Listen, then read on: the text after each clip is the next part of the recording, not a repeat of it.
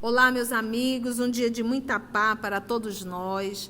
Hoje, exatamente 21 de junho de 2021, estamos nós reunidos para gravarmos a obra Revista Espírita, ano de 1860. Nós estamos no mês de fevereiro, já solicitando o amparo da espiritualidade amiga, a bênção de Deus, nosso Pai, e de Jesus, o nosso amigo, envolvendo a nossa amiga Carla, a nossa irmã Aramita, para que elas possam, inspiradas pela espiritualidade amiga, realizar mais uma vez o nosso estudo, que é feito em nome do nosso Senhor Jesus. Graça te damos, Senhor.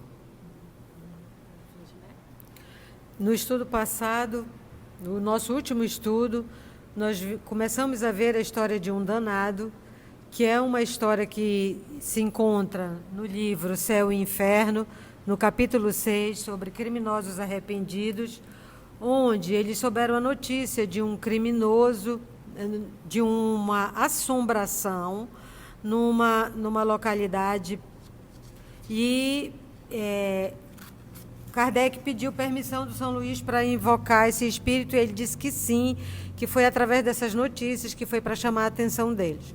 Só que o espírito não conseguiu se comunicar, e uma médium vidente que estava no local disse que o viu com a roupa manchada de sangue e com um punhal na mão. E o São Luís disse que ele não conseguia se comunicar e orientou que eles fizessem orações por esse espírito durante um mês e voltassem a evocá-lo. E agora vai para a segunda sessão. E o senhor e a senhora F, que estavam na sessão, se dispuseram a fazer orações por ele. E mesmo assim, depois de uma semana, esse espírito quis se comunicar através deles, na casa deles, onde eles também faziam reuniões, e essa é a segunda sessão. Sobre as orações para os espíritos sofredores, no Evangelho segundo o Espiritismo, no capítulo 27, das preces pelos mortos e pelos espíritos sofredores, o item 18 diz o seguinte: só para frisar a importância da prece. Os espíritos sofredores reclamam preces e estas lhes são de utilidade, pois ao verem que são lembrados, sentem-se menos abandonados e menos infelizes. Mas a prece tem sobre eles uma ação mais direta. Reergue-lhes a coragem, excita-lhes o desejo de se elevarem pelo arrependimento e a reparação, e pode desviá-los do pensamento do mal. É nesse sentido que ela pode não somente aliviar, mas abreviar-lhes os sofrimentos.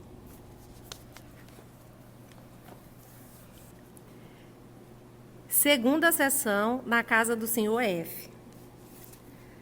Podes dizer-nos alguma coisa a respeito do espírito de Castelnaudary? Evoca-o. Será mal? Verás. Que devemos fazer? Não lhe falar, se nada tens a dizer-lhe. Se lhe falarmos para compartilhar o seu sofrimento, isso lhe fará bem? A compaixão sempre faz bem aos infelizes. Evocação do Espírito.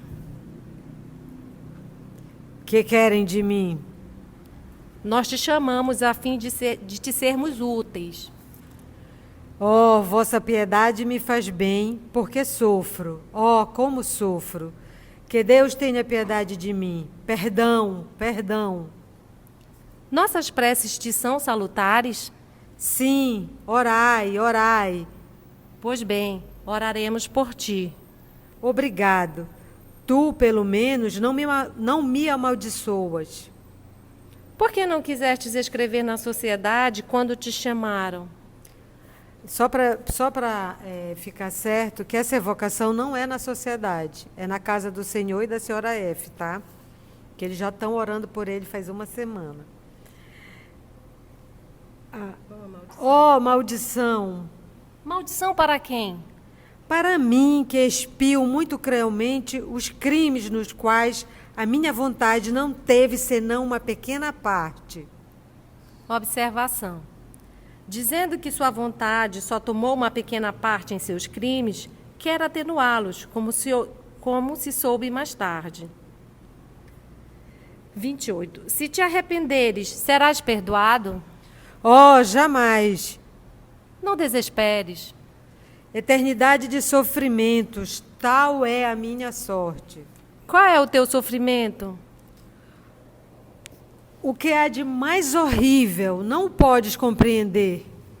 Oraram por ti desde ontem à noite? Sim, mas sofro ainda mais. Como assim? Sei lá. Observação. Esta circunstância será explicada mais tarde.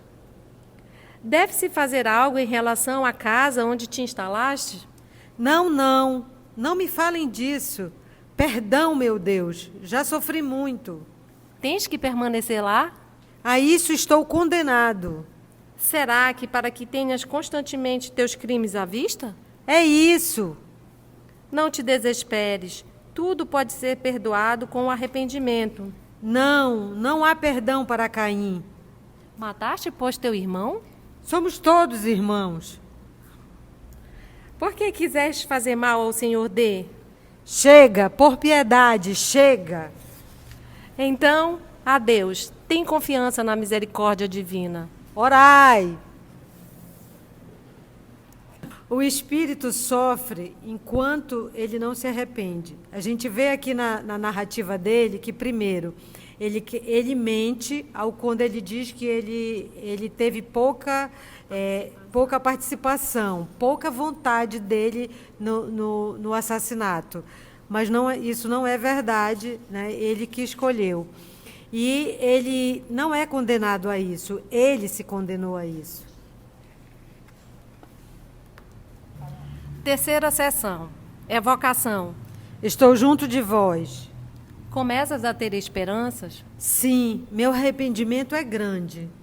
Qual era o teu nome? Sabereis mais tarde. Há quantos anos sofres? Há 200 anos. Em que época cometestes o crime? Em 1608.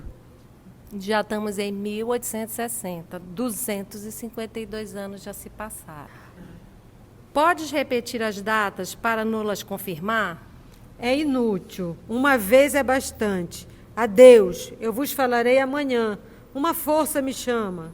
Lembra que ele era um espírito? Lembra que ele falou? Era um espírito selvagem, né? Quarta sessão.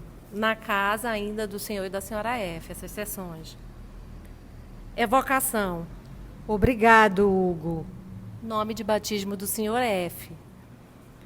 Queres falar do que se passou em Castelnaudary? Não. Fazei-me sofrer quando falais disto. Não é generoso de vossa parte. Sabes muito bem que, se falamos disso, é com vistas a poder esclarecer a tua posição e não a agravá-la.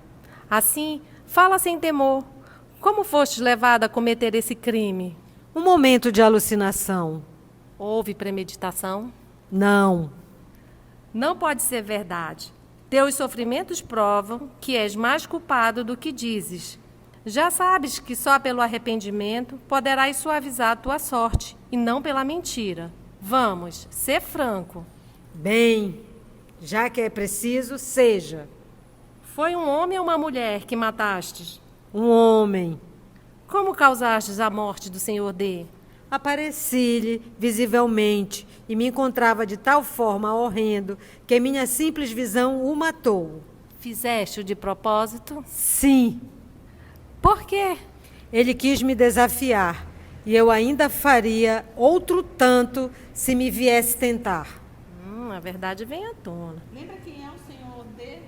Sim. Era o morador da casa. O senhor D era o senhor que comprou a casa e resolveu residir lá. Lembra que ele tirou todas as imagens, né? Porque a casa já era assombrada. Então ele decidiu comprar e não acreditou na assombração, ao ponto de morar nessa casa, né? Ele diz aqui que ele quis me desafiar. Porque quando ele foi para lá, ele estava dizendo assim, não acredito em assombração. Tira esse santo tudo Tira daí. esse santo tudo daí, isso é besteira. Se eu fosse morar naquela casa, tu me farias mal? Oh, não. Certamente. Tens piedade de mim e me desejas o bem. O senhor D morreu instantaneamente? Para ver que ele não faria mal ao outro, que assim, os espíritos também têm sentimentos. Né? Não é porque ele está desencarnado que a pessoa pensa, né, que pode desafiar, que pode dizer qualquer coisa. Ele tem sentimento e é como o São Luís falou aqui, que a compaixão sempre faz bem aos infelizes, o São Luís diz, e esse, o senhor D, ou o senhor F, que é o Hugo, tanto que ele já chama o senhor F pelo nome, e na França do século XIX, eles são muito formais, então ele já chama o senhor F pelo nome de Hugo, que assim, já tem uma informalidade, e ele reconhece a compaixão e a ascendência do senhor F sobre ele. E se as meninas me permitem, a gente para pensar, porque hoje das nossas maiores dificuldades é a nossa relação com o mundo espiritual. E quando se fala em obsessão, a gente carrega um medo, um desespero, um pavor muito grande. E aqui nessa resposta, você vê que é um espírito, como ele diz, selvagem, perverso, mas que, através desse ser bem cuidado, ser bem amparado, o fato de orarem por ele, isso já mudou totalmente. Você diz assim, e se eu fosse morar lá, seria me fazer mal? Não, não, porque o Senhor ora por mim. Então, gente, isso é uma dica maravilhosa. Então, nós temos que aprender a fazer o que Jesus ensinava. Orai por aqueles que vos perseguem e caluniam. Pronto. Então, normalmente, quando a gente se vê numa situação de processos obsessivos, o que a gente faz? A gente procura o centro espírita e diz assim, eu quero me livrar disso. Não é assim que a gente faz? Disso. E não é assim. Então, eu tenho aprendido em doutrina espírita a compaixão, inclusive por todos os irmãos. Todos, todos. Então, hoje, quando a gente atende um irmão no processo, que ele é o algoz, que ele é o obsessor naquela situação, o nosso olhar realmente é de compaixão, porque ele é dodói, ele está dodói.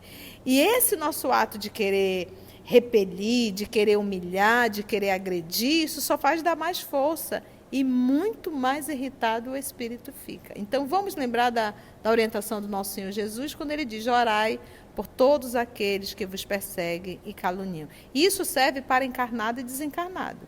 Porque, às vezes, nós temos inimigos encarnados, pessoas que nos perseguem, e a gente acaba repetindo da mesma forma. A gente devolve na mesma agressividade. Então, a gente só faz dar mais força ainda para o inimigo. Então, em verdade, é orar e desejar o bem, tá? E uma coisa, tia, que a compaixão não tira dele dizer a verdade e educar, né? Quando ele diz que ele não houve premeditação, ele diz... Teus sofrimentos dizem que tu és mais culpado do que tu está querendo parecer. Então, fala a verdade, né? Então, ele não diz, não, tu é coitadinho de ti, está sofrendo à toa. Agride, né? Mas ele fala a verdade. O senhor D morreu instantaneamente? Não, foi tomado pelo medo, mas não morreu, senão 2 horas depois. Por que te limitastes a dar uma bofetada no senhor D, filho? Era demais ter matado 2 homens. Sociedade, já vai ser a sessão na Sociedade Espírita, 16 de dezembro de 1859, quinta sessão. Perguntas dirigidas a São Luís.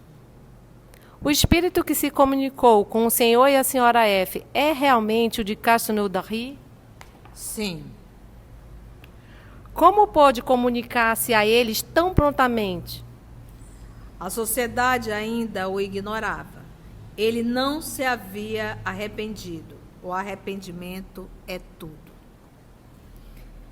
Então, para que comece a ter uma diminuição das penas, no próprio céu e inferno diz que há que se esteja o arrependimento. Depois que tem o arrependimento, você começa a ter a esperança de que vai chegar fim ao seu sofrimento. Aí depois você expia e repara. São exatas as informações por ele dadas sobre o crime? Compete verificardes e vos entenderdes com ele. É a segunda vez, e isso é bem legal, né? Que os espíritos não vêm fazer o serviço ou o trabalho que nos compete. Seja em pesquisa, seja ir atrás das notas, da história, do que for. Da outra vez, São Luís disse, né? Eu chamei, esse caso foi para chamar a atenção de vocês, para dar o socorro a ele. Mas vocês têm que ir atrás da história. E, de novo, ele diz. Que aí ele faz dois trabalhos. O fato do grupo questionar o espírito, ele, além dele aprender a lidar com os espíritos, ele acaba também ajudando o espírito a se melhorar. Entendeste? Então, como São Luís vai tirar o trabalho dos dois? Não é necessário. É um aprendendo com o outro e um ajudando o outro. Porque nós aqui estamos aprendendo com esse espírito. Se São Luís tivesse falado tudo, não haveria esse diálogo entre o grupo e o espírito. Entende? E o grupo tem que correr atrás de investigar a história e tudo. Né? Ele disse que o crime foi cometido em 1608 e que tinha morrido em 1659. Há, pois, 200 anos que se encontra naquele estado? Isso vos será explicado mais tarde. Poderias descrever seu gênero de suplício? É atroz para ele.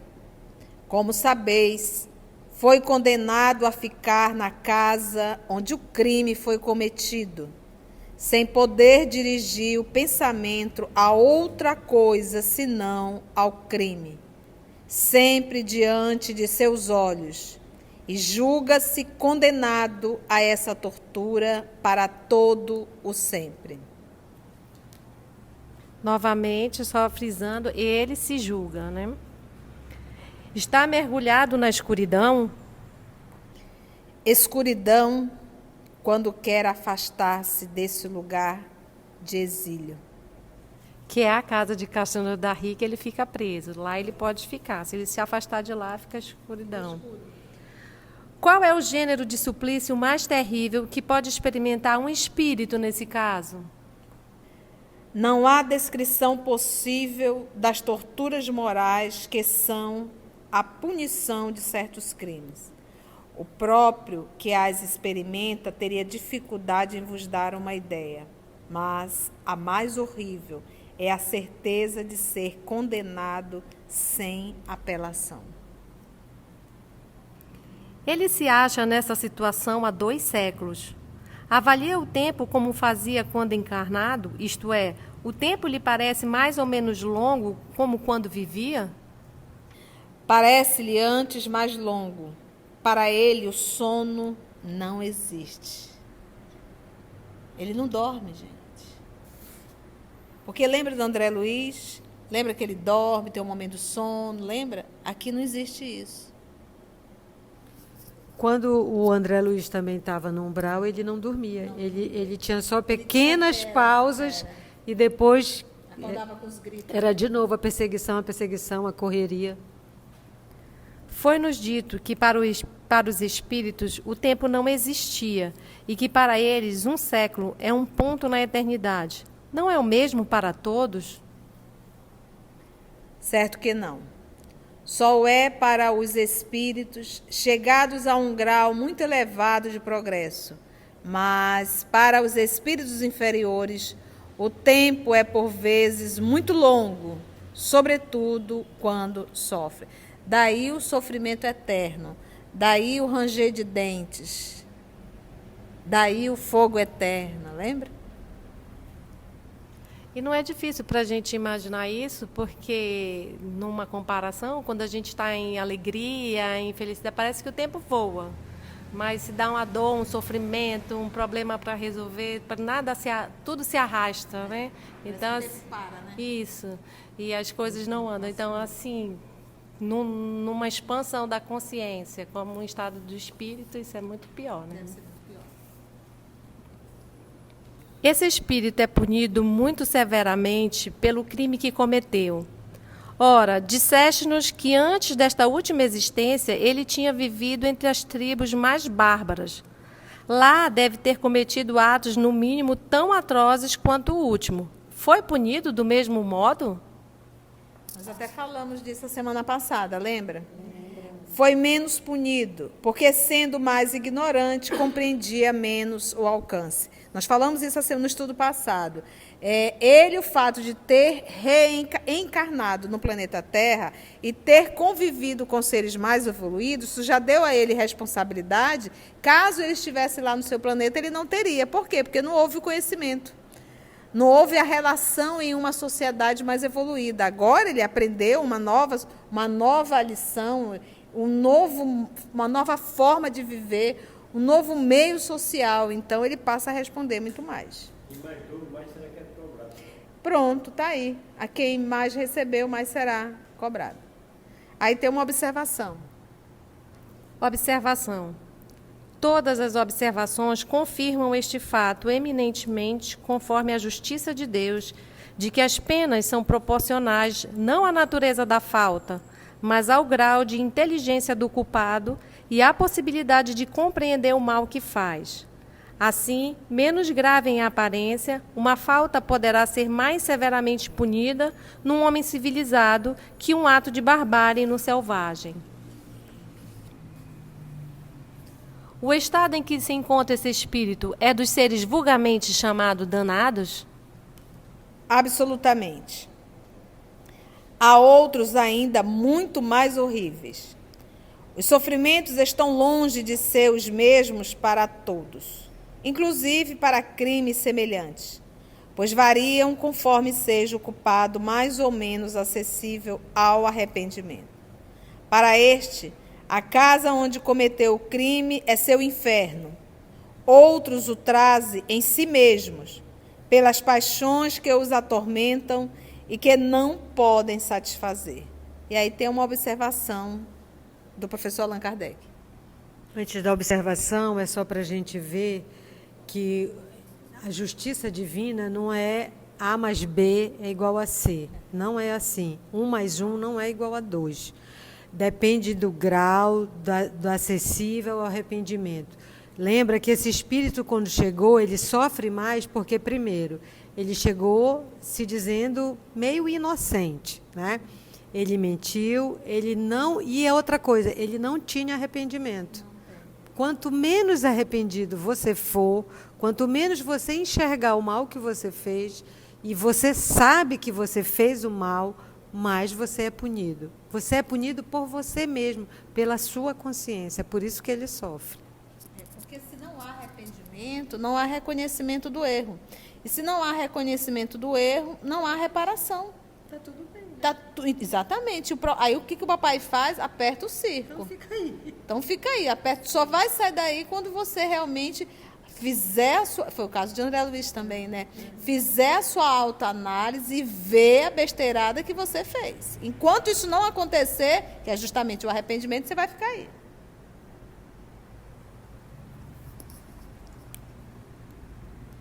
Observação.